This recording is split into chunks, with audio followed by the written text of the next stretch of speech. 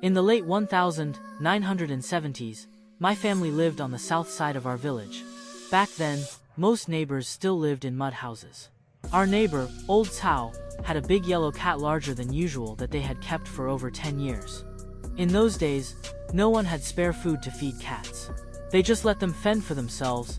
When winter came, they'd let the cat sleep inside to keep from freezing to death. This cat was self-sufficient. We'd often see it with a mouse or a sparrow in its mouth.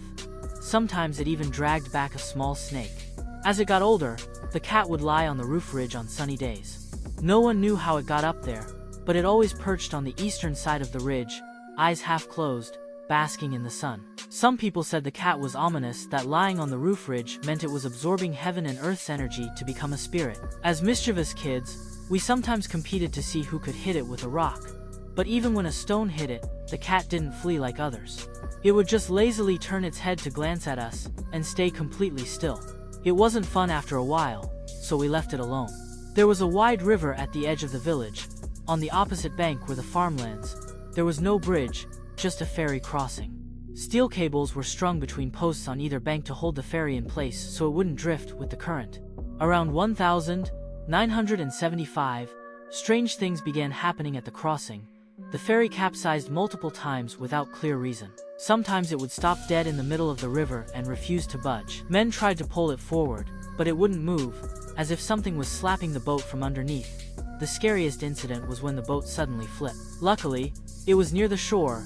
People suspected too many passengers had shifted the weight, but it was strange for a cable-secured boat to capsize. Some villagers said the river god had been offended, meaning a fish spirit. According to old traditions, what you needed was a guardian fairy cat. Not just any cat would do. It had to have lived more than 10 years. People searched far and wide and eventually thought of Old Cao's cat. Old Cao, annoyed that the cat always lounged on the roof, was glad to hand it over. So the cat went to live on the ferry. The ferryman built a small shelter for it.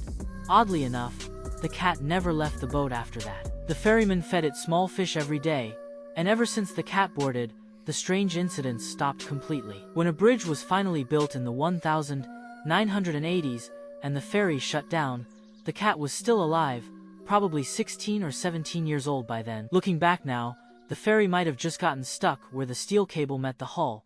The capsizing could have been coincidence. But the presence of that old cat brought people comfort. It gave them peace of mind. There was probably nothing supernatural about it. The only truly strange thing was how long a cat that lived outdoors managed to survive.